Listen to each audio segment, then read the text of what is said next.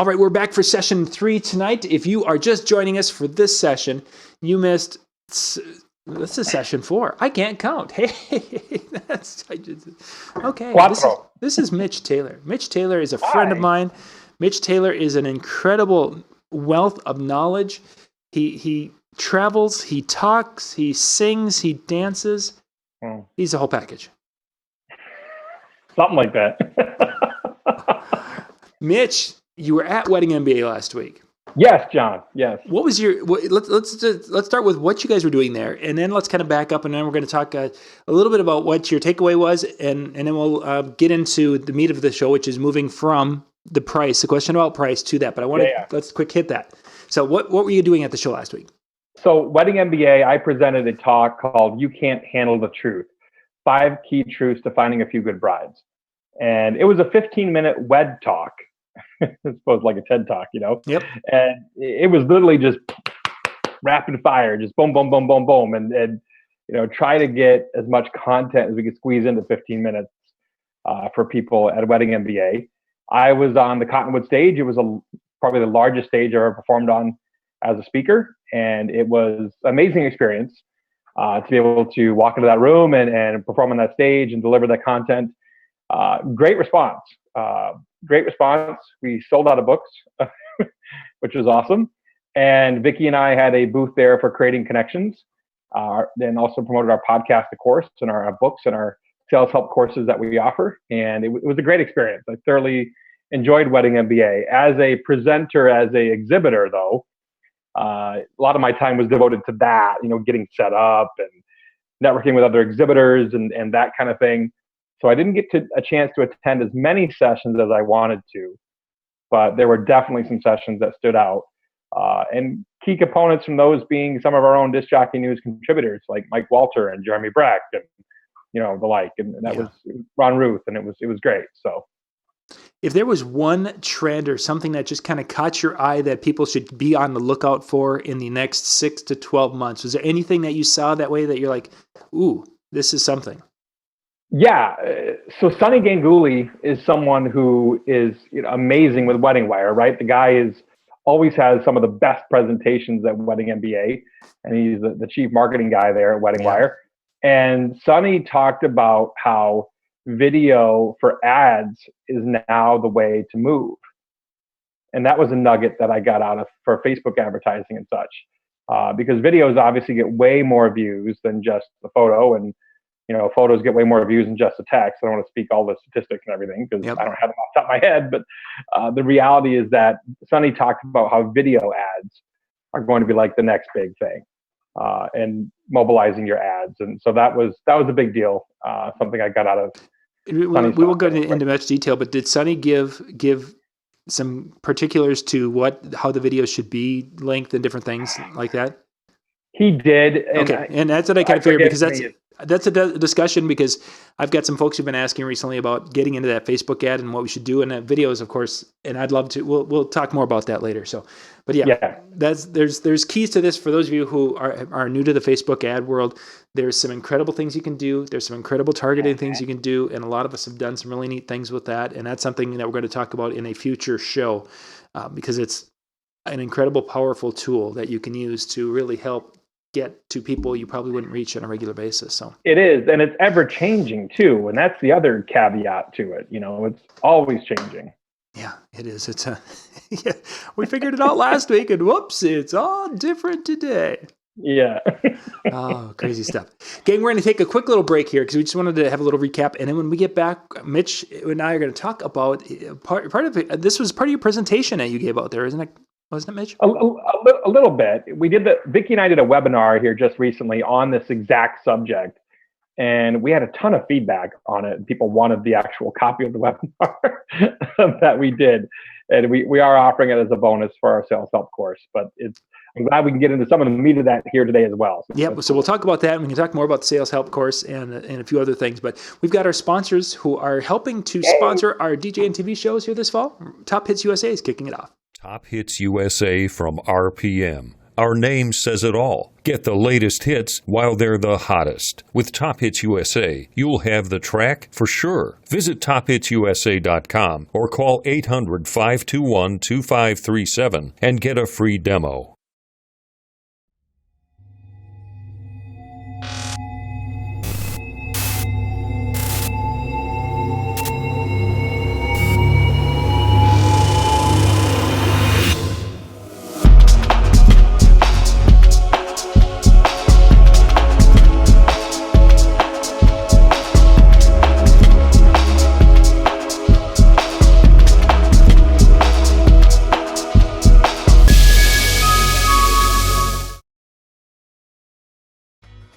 DJ Event Planner will change the way you manage and run your business. Streamline all of your procedures and software into one easy-to-manage system. DJ Event Planner, the ultimate online planning tool.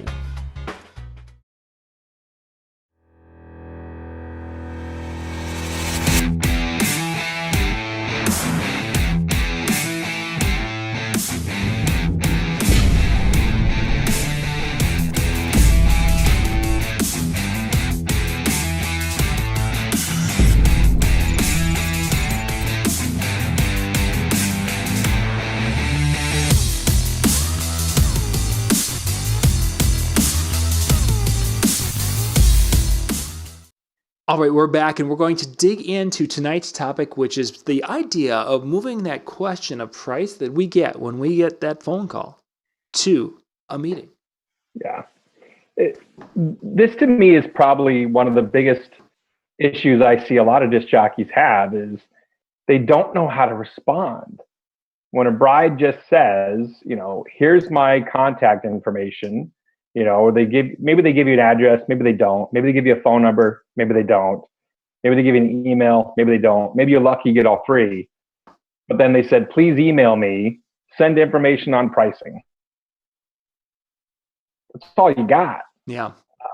The first thing I recommend to anybody is to research your client.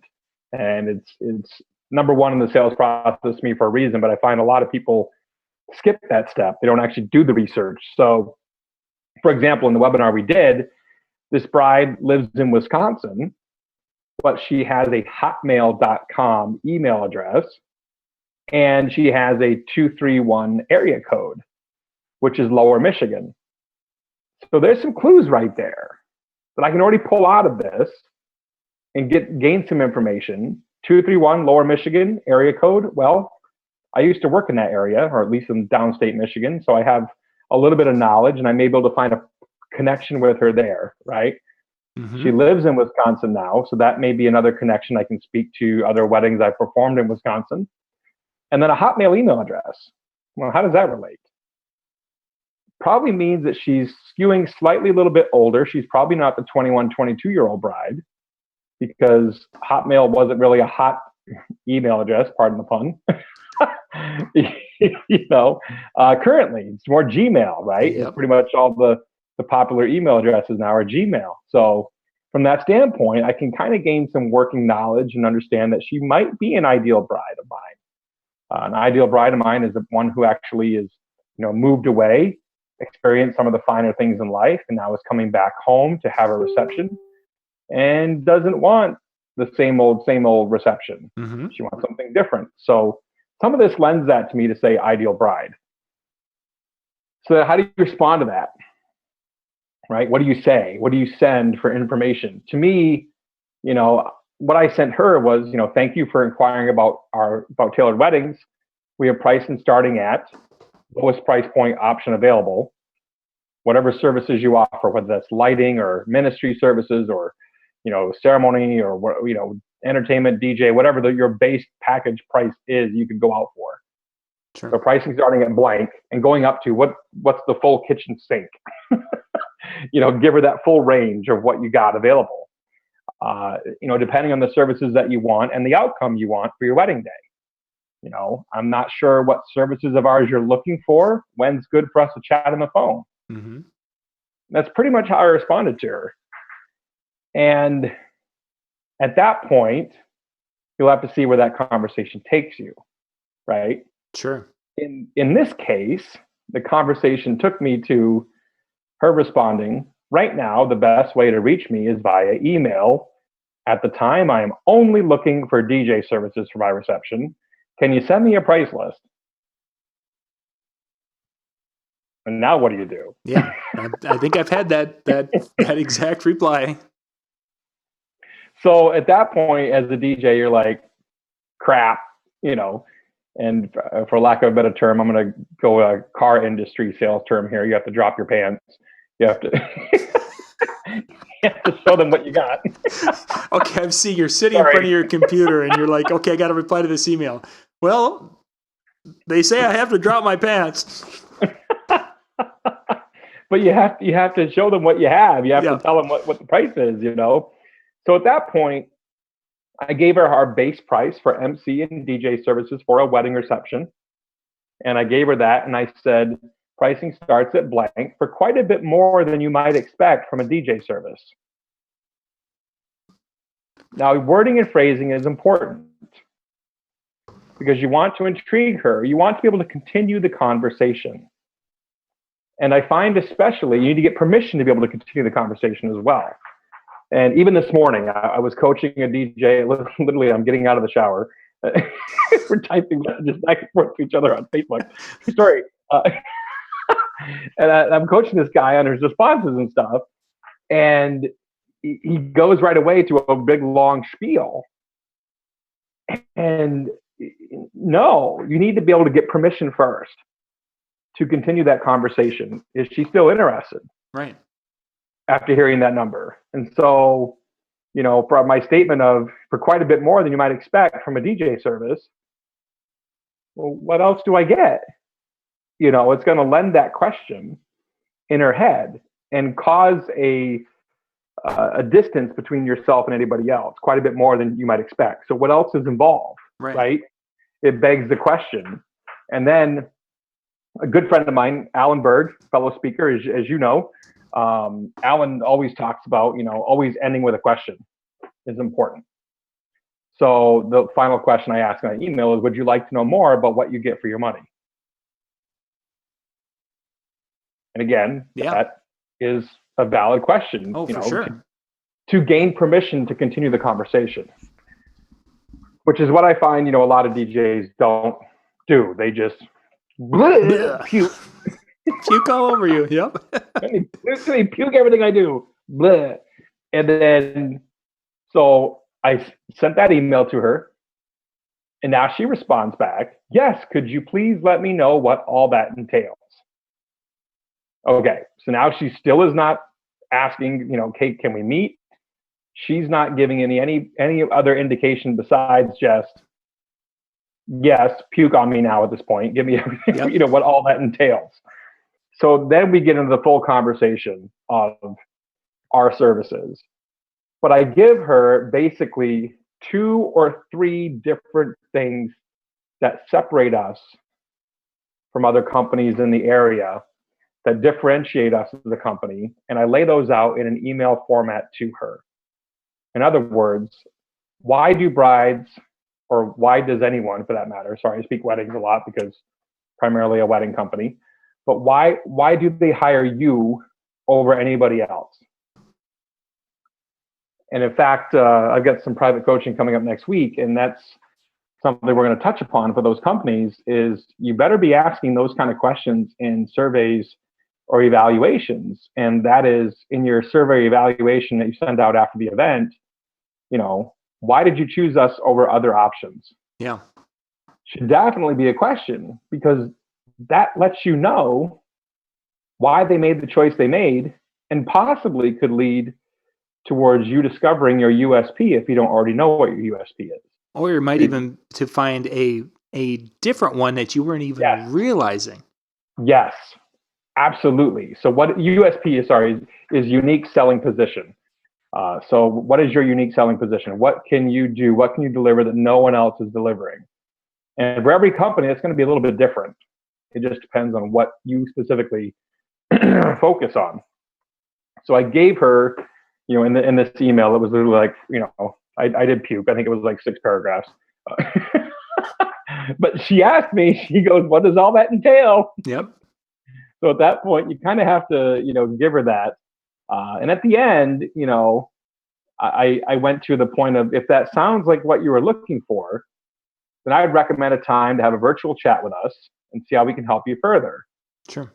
Or if you want to be sure to not lose your date, feel free to call me and we can work out the rest of the details. So I gave her two options at the end. Mm-hmm. Both are win-win for us. Let's do a meeting, or if you want to book right now, let's talk about it. Let's figure this out, work out the rest of the details. And then I gave her ultimately why brides hire us. That main reason they chose us over other services. I gave her that in the email. And then one of my favorites, even to close a sales meeting, I often use this. And I find when you can insert humor into your presentations, into your performance, that it can be very effective in gaining common ground and and connecting emotionally with a client or with anybody for that matter. And I remember Bill Herman and Jason Jones and I did a stand-up boot camp with Cal Cease and Louis Anderson in Minneapolis. Back in 2010, something like that. Yeah, it's been a long time. Yeah, it was a while ago that we did that, but it was great, and I learned a ton from that. So if you are listening to this and you have a chance to, take a comedy course, a comedy class, a stand-up boot camp, or improv, or anything like that, where you can focus on comedy, do it. Find out if you're funny and be able to use humor in your opportunities to connect with your clients. And what I use here is, finally you've heard what I've had to say, but obviously I'm biased. And if you deliver that right, you're going to get a laugh. Yeah. Or at least I find I do. Sure. And then I show them our past reviews on either Wedding Wire or in surveys that we send out. And then followed up with a very friendly, closing. And what that led to was her giving me pretty much all the information. Our wedding will be here. We live here. We have lots of friends and family in Marquette and Escanaba. We're going to be in Escanaba briefly this weekend. Would there be any possibility in meeting with you on Friday morning? This was Wednesday. She sent this to me. Sure. I know it's short notice, but we're not up that way too often. Please let me know what you think. Mm-hmm. So it immediately moved from, just email, give me a price. Nope, just looking for DJ service pricing. Yes, some of what you have to, what does that entail? And then finally, when I did that, gave her 2 or 3 differentiations between us and other companies, why brides hire us, and then friendly close. Boom, she gave me all the information, asked for a meeting. We had the meeting on that Friday. I sent her a contract, and she has booked just a couple days ago. She sent in her contract back. So that's essentially how I moved her from price to a meeting, and then finally a contract. When you let's kind of go back into that now. When you were moving, sure. you had sent out and basically said that our basic services are this is how much a DJ and MC cost, and there's so much more involved than there are or whatever. However you worded that. If she would have at that time replied back and given you, and this is one I've seen, is that basically, we're just looking for someone to play music for 4 hours. Okay. When does it get to the point where you're looking at that and you're saying, this might have had potential, but it's time to cut my losses? Not everyone is going to be your client. And at some point you may have to cut your losses. Another one I like to go to is, what have you seen at past weddings you've liked or disliked? Yeah. Or, what are you looking to create for your reception?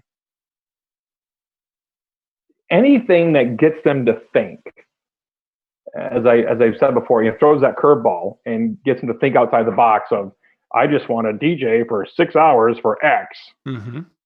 Because when you boil it down to this for this, you'll lose every time. Oh yeah. Sales are justified on logic, but they absolutely are made on emotion. So you have to tap into emotion somewhere. And, Vicky talks about the personality colors and all that. And you will get people that are much more analytical, that are harder to tap into the emotional side. Absolutely. But I think there are ways to do it. It's just a question of finding out what's most important to them. Mm-hmm. Maybe it's not entertainment, and that's okay. Maybe you're the last thing on the list they're looking for, and they're just trying to fill the hole. Yeah. And that's all right. But then you realize that if you're not the right fit for them, you actually would be doing them a disservice by taking the event, in my opinion. Yeah, for sure. I would agree wholeheartedly. And I've been numerous times where I've excused myself because I didn't think I would be the best fit. And I knew others who would be able to do a better job, even though they may not have my skill level, but they had they were a better fit. Well, and as a friend of mine stated, a former business partner of mine, Lee Haynes, he's fond of saying, well, yeah, I can do that, but I'd be a really expensive jukebox for you. Yeah, I think I've had that discussion with my bride too. DJ Scott, let's see, had a question, or Sure. If she says that's more than I've been finding, do you let her go? And kind of like we were just talking about cutting the losses, and we've had that where they've been calling around and they've got prices from 10 different DJs, and they're finding and that's what I love about the DJ industry. They're finding out that from $600 to $800 is where the DJs are falling, and then they call us, and after they finally get a number, they're like, "Wow, that's like 3 times. That's a lot more than I've been finding." Okay, so here's the thing. So the average you're seeing right now for a DJ is about $800. Let them answer. Yes. Okay. Do you want an average reception? Well, my reception is going to be awesome, but all the DJs are in that ballpark. So then why should you pay average? If you want an awesome reception, wouldn't it lean yourself to realize that you may have to pay more than average to get awesome? There's ways to explain it, to show. Another way to combat that would be to say, have you seen video footage of them performing at an event? And not just a music soundtrack with people dancing. Because anybody can show you that. Yeah. Have you seen actual video footage of the MC or the DJ you're hiring to spin or to serve as the master of ceremonies, to move your crowd emotionally through the moments? Have you seen video footage of them? Proof is in the pudding, and you need to be able to show that, in my opinion, with video footage of your MC or your DJ performing, whatever it is your unique talents are. If you can throw down like Jason Jani, then you need to showcase that. Right. If you're an amazing master of ceremonies, you need to showcase that.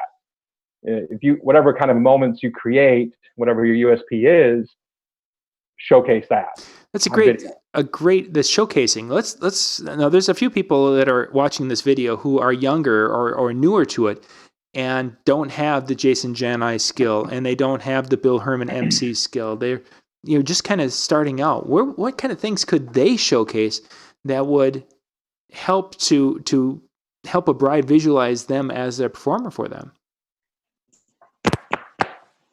Their heart.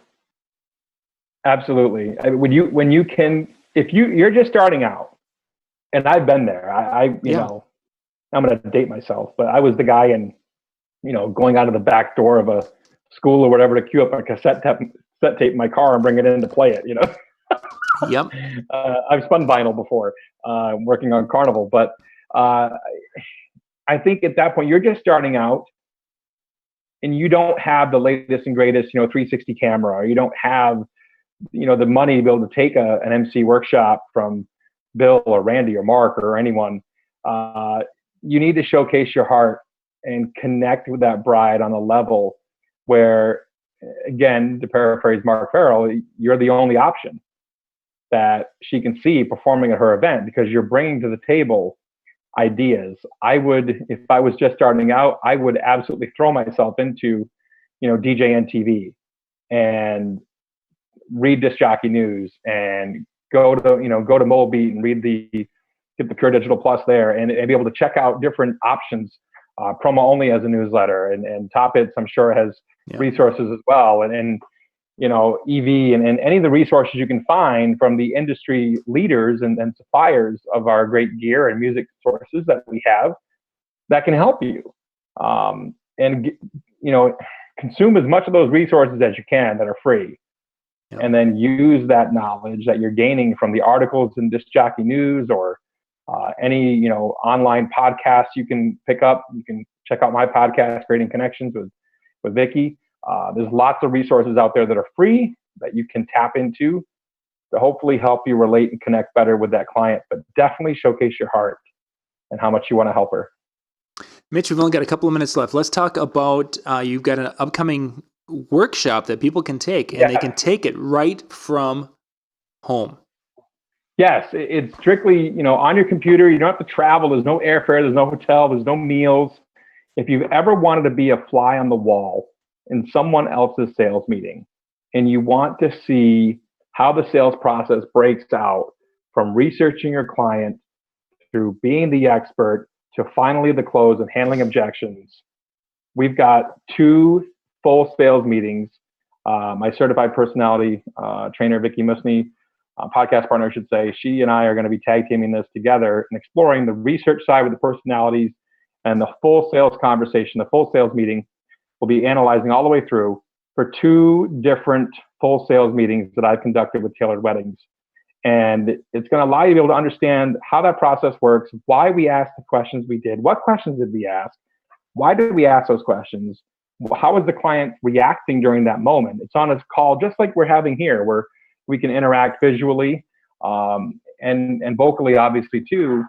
And it's great to be able to analyze it. You think back to a master of ceremonies or a DJ training where you actually listen to your mixes and you listen how well you did. And same thing with master of ceremonies. You go back and you watch the tape or the recording, if you will, over again. But are you critiquing your sales meetings? Sales is the driving factor behind your income. And the only way to do that is to figure out how to get better at sales. Yeah. So this is a resource to be able to help you. It's right from your own computer. We're doing 4 classes. We start October 18th, and the cost is $199. And you actually have copies of all those, both meetings after, and plus the analysis of it too. After the session is over, they're yours. You get them. Nice. And we actually have 2 bonuses as well for people. If you sign up for the course, we're going to give you the converting price to a meeting webinar. That's the full half hour of content that we just did about a week ago. So you'll get the full content of that, exactly what I said in the emails, to move that bride from price to a meeting to a contract. And then we'll also give you a copy of our Networking for Event Pros seminar that we did in Phoenix this past February for Scott Favor for Event Ensemble. You'll get a copy of that with some great nuggets on networking. So 2 freebies valued at $200. So it's $400 value, only $200. You can sign up at saleshelp2, number 2, saleshelp2.eventbrite.com. Sales help 2. Number 2. Yep, number 2. Eventbrite.com. Yep. Okay. I just put that link up there in the chat so that anyone can hit that and check it out a little bit more. Yeah. Cool. I love helping DJs build and grow their sales skills. To me, it's one of the best investments you can make in yourself is to grow those sales skills. For sure. Good stuff. Mitch, I want to thank you for coming on tonight. And if you guys have any questions, what's the best way they can get in touch with you? Yeah, they can hit me up. Tailored Sales, as I'm transitioning companies right now, tailoredsales.com. They can reach out there and hit me up at mitch@tailoredsales.com as well. And look forward to chatting with you guys soon. Oh, they can also join our Sales for Event Pros group on Facebook if they want to. Oh, cool. They can go out there and request to join, and you can get them in there. And what was the name of that group again? Sales for Event Pros. Sales for Event Pros. So go search for that on Facebook, and you can pop right out there and check it out. Once again, thank you guys for watching, and we'll be back with our final show tonight in just a couple of minutes. Mitch, thanks for being on with me tonight. Thanks, John. Appreciate it.